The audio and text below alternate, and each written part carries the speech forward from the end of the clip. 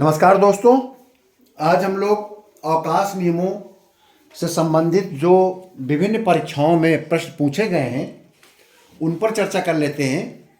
इससे पहले मेरे भाग 1 से लेकर भाग 6 तक में सभी प्रकार के अवकाश के बारे में लगभग डिस्कशन हो चुका है और उन अवकाशों के डिस्कशन से रिलेटेड जो प्रश्न विभिन्न एग्जामिनेशन में, जैसे कि असिस्टेंट रजिस्ट्रार एग्जामिनेशन और डिपार्टमेंटल एग्जामिनेशन में पूछे गए हैं, उनसे संबंधित मैं क्वेश्चंस देखिए आज उस पर डिस्कशन करूंगा। मैं प्रश्नों पर डिस्कशन करूंगा। इनके उत्तर जो हैं आप मेरे भाग 1 से लेकर भाग 6 तक के वीडियो को गंभीरता से सुनकर उसके नोट्स तैयार करके और उनको नोट्स को याद करने के बाद इन सारे प्रश्नों के उत्तर आप घर पर बैठ कर लिखेंगे। अगर आप इन प्रश्नों के उत्तर घर पर बैठ कर लिख लेंगे और याद कर लेंगे, समझ लेंगे, तो आपको 20 नंबर अवकाश नियमों से मिलेगा। जो उत्तर प्रदेश वित्तीय हस्तपुस्तिका वॉल्यूम 2 पार्ट 2 to 4 के अध्याय 10 मूल नियम के अध्याय 10 में जो उल्लेख किए गए हैं आपके अवकाश नियम, उसमें और जो उसके पार्ट 3 में सहायक नियम है उसके अंतर्गत जो उल्लेख किए गए हैं अवकाशों के बारे में, उसका अगर आप अध्ययन कर लेंगे तो आप अच्छे से इन प्रश्नों के उत्तर दे लेंगे। ठीक है। जो आपके अध्याय 10 है, आपके जो मूल नियम, उसमें मूल नियम 58 से लेकर 104 जो अध्याय 10 है, और इसके अलावा मूल सहायक नियम है जो कि चैप्टर 6 से लेकर 13 के बीच में सहायक नियमों का उल्लेख है अवकाश के बारे में। उनका आप अच्छे से अध्ययन करिए और ये अध्ययन आप मेरे नोट से ही करेंगे। आपको कहीं पर भी बाहर किसी पुस्तक में नहीं जाना है। बहुत ज़्यादा ज्ञानी बनने की कोशिश मत कीजिएगा, अन्यथा आप अपने वित्तीय हस्तपुस्तिका से संबंधित प्रश्न भी खराब करेंगे और साथ ही साथ हिंदी और समान अध्ययन पर भी आपके अध्ययन आपकी तैयारी को प्रभावित कर देगा। क्योंकि आप सभी लोग शासकीय सेवक हैं, आपके पास इतना समय नहीं है कि आप 8 से 10 घंटे प्रतिदिन आप असिस्टेंट रजिस्ट्रार की तैयारी में लगा लें।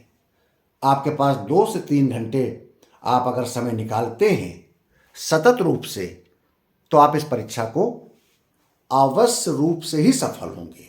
क्योंकि ये मेरा अनुभव है, मैं अपने बारे में बहुत ज़्यादा परिचय नहीं दूंगा, लेकिन मैं इतना कहूँगा कि मेरा अनुभव है कि इस परीक्षा को पास करना, उत्तीर्ण करना बहुत आसान है, बशर्ते कंसिस्टेंट आप इसको 2 से 3 घंटे प्रतिदिन अपने घर में तैयारी करें। बिल्कुल से वेट ना करें कि जब एग्जामिनेशन की डेट आएगी तब आप तैयारी प्रारंभ करेंगे और तैयारी प्रारंभ करने के बाद आप सफल हो जाएंगे। कतई सफल नहीं होंगे। सुन लीजिए, ये मेरा अपना अनुभव है।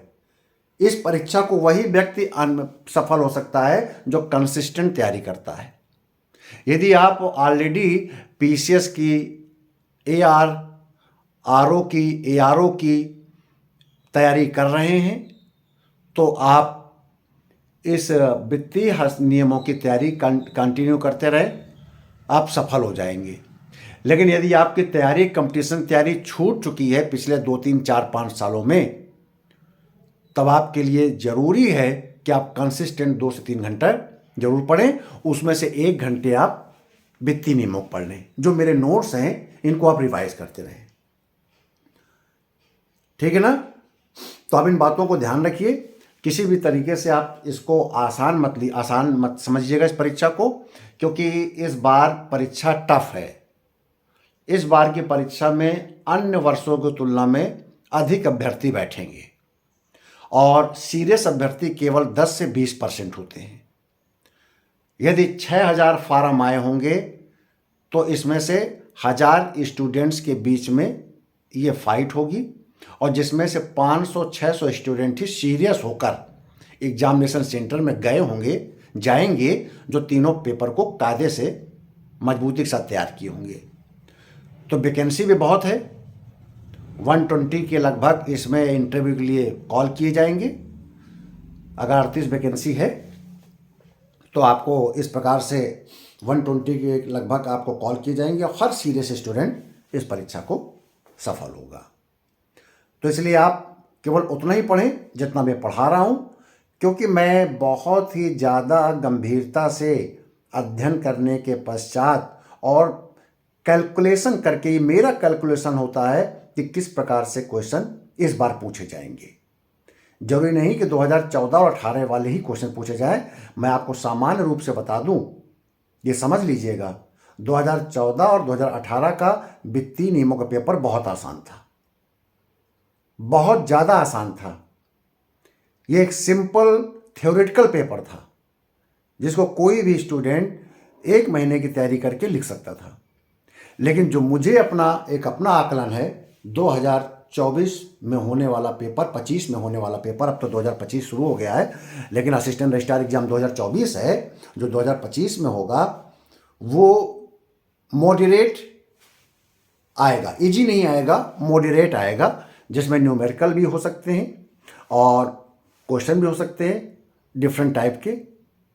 उसमें सब सेक्शन ज़्यादा हो सकते हैं, यूनिवर्सिटी से रिलेटेड क्वेश्चन हो सकते हैं। इसलिए थोड़ा गंभीरता से तैयारी कीजिएगा। जितना मैं पढ़ाता चल रहा हूँ उसको बहुत अच्छे से कर लीजिएगा। तो देखिए, प्रश्न देखिए अच्छे से। सरकारी सेवकों को कितने प्रकार के अवकाश अनुबंध हैं? मेरे आप 1 से 6 तक जाइए, सारे अवकाश लिख दीजिए। मातृत्व अवकाश और चिकित्सा प्रमाण पत्र पर अवकाश कितना और किस प्रकार से अनुबंध है? मेरे आप नोट्स में जाएंगे, आपको बहुत डिटेल मिलेगा। निम्नलिखित संक्षिप्त टिप्पणी लिखिए। 2014 में पेपर आया, उपार्जित, चिकित्सा प्रमाण पत्र, असाधारण, विशेष आकस्मिक अवकाश, सब आसान प्रश्न पत्र हैं। तीनों देखिए, 14 और 18 के प्रश्न अवकाश पर बहुत ईजी आए हैं। 2007 को देखिए, मॉडरेट पेपर था।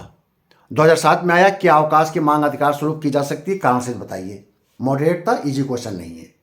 आपको क्यों कारण से बताएंगे तो आपको सेक्शन में जाना पड़ेगा, आपको बताना पड़ेगा किस प्रश्न में लिखा गया है। तो आपको मेरे नोट्स में जाइए, आपको मेरा प्रश्न मिल जाएगा, मूल नियम 67 मिल जाएगा, जो कहता है अवकाश का दावा अधिकार स्वरूप नहीं किया जा सकता, यानी कि अवकाश की मांग आप अधिकार स्वरूप नहीं करेंगे। ठीक है ना? आप गवर्नमेंट सर्वेंट हैं, आप 24 आवर के नौकर हैं, प्राधिकारी कभी भी आपकी अवकाश को अस्वीकृत कर सकता है ऑन डिमांड। आपकी सरकार की डिमांड पर, आपकी कार्यों की अपेक्षा पर आपको आपकी छुट्टियों को रिजेक्ट कर सकता है। 2007 में क्वेश्चन ये आया। अगला क्वेश्चन था, क्या एक कर्मचारी चिकित्सा प्रमाण पत्र पर अवकाश स्वीकृत किया जा सकता है जो 30 दिनों तक अस्पताल में भर्ती था और तत्परांत उसकी मृत्यु हो गई है? उसकी निरंतर सेवा 4 वर्ष की थी। आप मेरे प्रश्नों पर जाइएगा, मेरे उस टॉपिक को जाइएगा, आपको पूरा सुनिएगा, आपको इसका उत्तर मिल जाएगा। प्रश्न लिख लीजिए और आप भाग 2, भाग 3 जिस भी मेरे वीडियो में ये बताया गया चिकित्सा प्रमाण पत्र के आधार पर प्राप्त होने वाला अवकाश, उसका आप गंभीरता से आप सुनिए और आप इसका उत्तर लिख लीजिए। क्या आकस्मिक अवकाश को मान्यता दी गई है और मान्यता नहीं दी गई है और न या किसी नियम के अधीन है? उक्त कथन को सुसंगत नियमों के संदर्भ में स्पष्ट कीजिए। देखिए, आकस्मिक अवकाश मान्यता नहीं है क्योंकि यह किसी नियमों के अंतर्गत नहीं आता है और कर्मचारी हमेशा ड्यूटी पर माना जाता है। ना तो इसका ड्यूटी अवकाश स्वीकृत के पश्चात न तो इस काम के लिए, इस अवकाश पर वो किसी को चार्ज देता है, न कार्यभार छोड़ता है। ठीक है? आप नियमों में जाइए, आपको मिलेगा। अगर आपको नहीं मिलता है मेरे नोट्स में और मेरे वीडियो में, तो आप टिप्पणी कीजिएगा, कमेंट्स कीजिएगा, मैं इस पर विस्तार से आ जाऊंगा। सेवानिवृत्त पर अर्जित अवकाश के नकदीकरण पर टिप्पणी कीजिए। यह मैंने जरूर नहीं अपने किसी वीडियो में बताया है। सेवानिवृत्त पर अर्जित अवकाश के नकदीकरण पर टिप्पणी कीजिए। यह क्वेश्चन मैंने इसलिए तैयार किया है क्योंकि ये अर्जित अवकाश के नकदीकरण की बात आता है। वैसे ये क्वेश्चन है सेवानिवृत्ति जो पेंशन में कौन कौन से लाभ मिलने चाहिए उस पर ही आएगा, तो आप इसका उल्लेख कर सकते हैं। लेकिन मैं आपको इसका फार्मूला बता दूं, आप लोग लिख लीजिए, क्योंकि मेरे वीडियो में नहीं है तो इस समय आप लिख लीजिए। इसका फार्मूला ये होता है कि जब आप सेवानिवृत्त होते हैं तो अंतिम आहरित वेतन में मूल वेतन प्लस महंगाई भत्ता, मूल वेतन प्लस महंगाई भत्ता, मूल वेतन का मतलब फिटमेंट तालिका में जो आपका अंतिम वेतन है रिटायरमेंट के समय वो मिलेगा, साथ में उसका डीए, जो समय डीए मिल रहा होगा। ठीक है? उसको गुणा करेंगे, मल्टीप्लाई बाई जो भी आपने सेवानिवृत्ति के समय जितनी आपने अर्जित अवकाश अपने लेखे में इकट्ठा कर रखा है उसको गुणा कर देंगे। मान लीजिए आपके 300 दिन तक अधिकतम आप अर्जित कर सकते हैं, तो अधिकतम 300 दिन या छुट्टी का अवकाश जितने आपने इकट्ठा कर रखी हो अवकाश, तो मान लीजिए 290 दिन इकट्ठा किया है या 300 दिन इकट्ठा कर लिया है, तो गुणे 300 कर देंगे और बटे 30 करेंगे। ध्यान रहे 31 नहीं करेंगे, 30 से करना है भाग। यानी कि मूल वेतन प्लस डीए का जो जोड़ आएगा वो आपका वेतन हुआ, गुणे जितने आपने अवकाश इकट्ठा कर रखे हैं रिटायरमेंट के समय उसका गुणा करेंगे। अधिकतम 300 दिन से ज़्यादा आप छुट्टियों की इकट्ठा नहीं कर सकते अर्जित अवकाश, तो अधिकतम 300 दिन की सीमा में जितने भी अवकाश इकट्ठा हैं, 300 हो सकते हैं, 290 हो सकते हैं, 270 हो सकते हैं, जितना भी हो उसको गुणा करेंगे बटे 30। जो भी धनराशि आएगी उसको हम नकदीकरण इनकैशमेंट बोलेंगे कि आपका लीव इनकैशमेंट है सेवानिवृत्त पर। तो आपको इसके बारे में तैयार कर लेंगे। महिला सरकारी सेवकों के लिए बाल देखभाल की अनुमानता का विस्तार से वर्णन कीजिए। ये आपको हमने अपने भाग 6 में इसका विस्तार से वर्णन किया है, आप नोट्स बना लीजिएगा। अवकाश नियमों की व्याख्या किन मूल नियमों सहायक नियमों में वर्णित है? संबंधित अध्याय व वित्तीय हस्तपुस्तिका का संबंधित प्रस्तर का भी उल्लेख कीजिए। आपको मैं पहले बता चुका हूँ आपको बता चुका हूँ कि ये वित्तीय हस्तपुस्तिका वॉल्यूम 2 भाग 2 से 4 के मूल नियमों में जो कि अध्याय 10 में है, 10 में और साथ साथ सहायक नियमों में इसका उल्लेख किया गया है।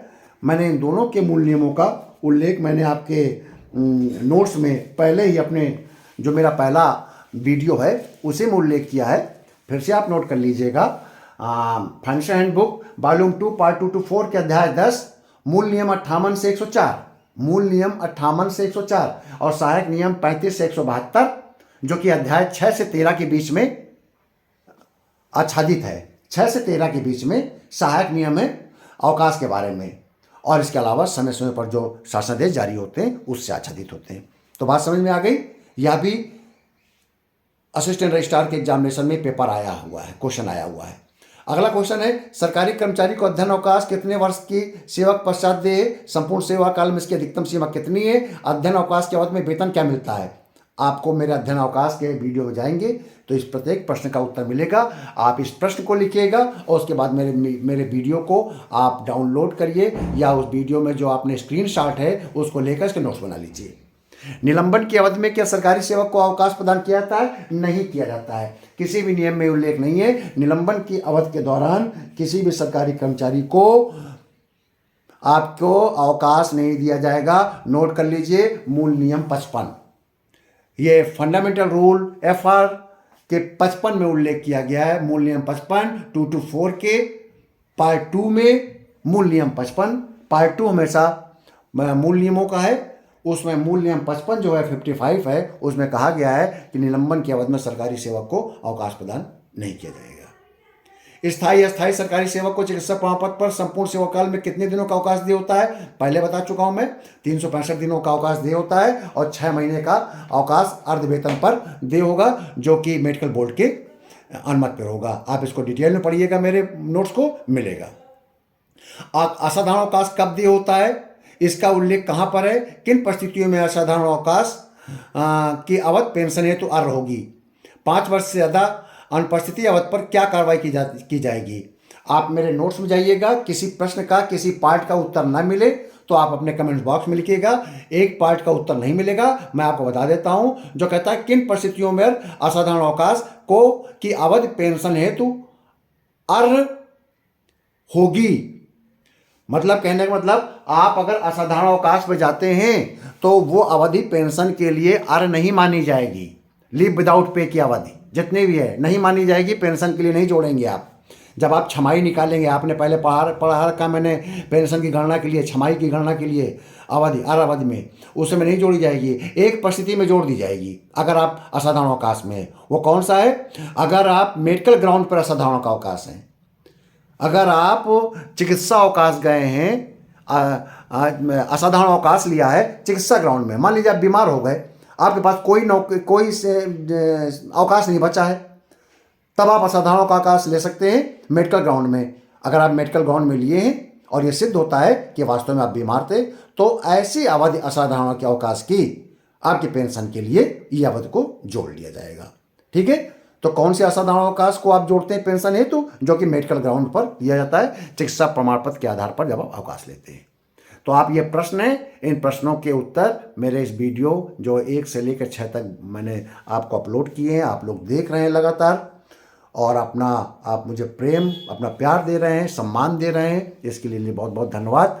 अधिक से अधिक इस पर आप अपने जो भी आपके साथी इस फॉर्म को भरे हैं असिस्टेंट रजिस्ट्रार की, या विभिन्न परीक्षाओं के डिपार्टमेंटल एग्जाम लोक सेवा आयोग के द्वारा आयोजित किए जाते हैं, उनको देते हैं, उनको आप ये ज़्यादा से ज़्यादा शेयर करिए, उनको आप प्रमोट करिए कि आप इस वीडियो को देखें। यह निःशुल्क वीडियो है और शासकीय सेवकों के लिए बनाया जाता है, शासकीय सेवा के अनुभव के आधार पर बनाया जाता है। ये केवल सामान्य किताबों को पढ़कर बनाया गया वीडियो नहीं है, ये 20 साल, 25 साल, 30 साल की गई शासकीय सेवा के अनुभव के आधार पर है, इसलिए इसको आप गंभीरता से लीजिएगा। अगर आप चाहते हैं कि आप असिस्टेंट रजिस्ट्रार की परीक्षा में पास हो सके, रजिस्ट्रार के एग्जाम में पास हो सके और डिपार्टमेंटल एग्जाम में पास हो सके। बहुत बहुत धन्यवाद।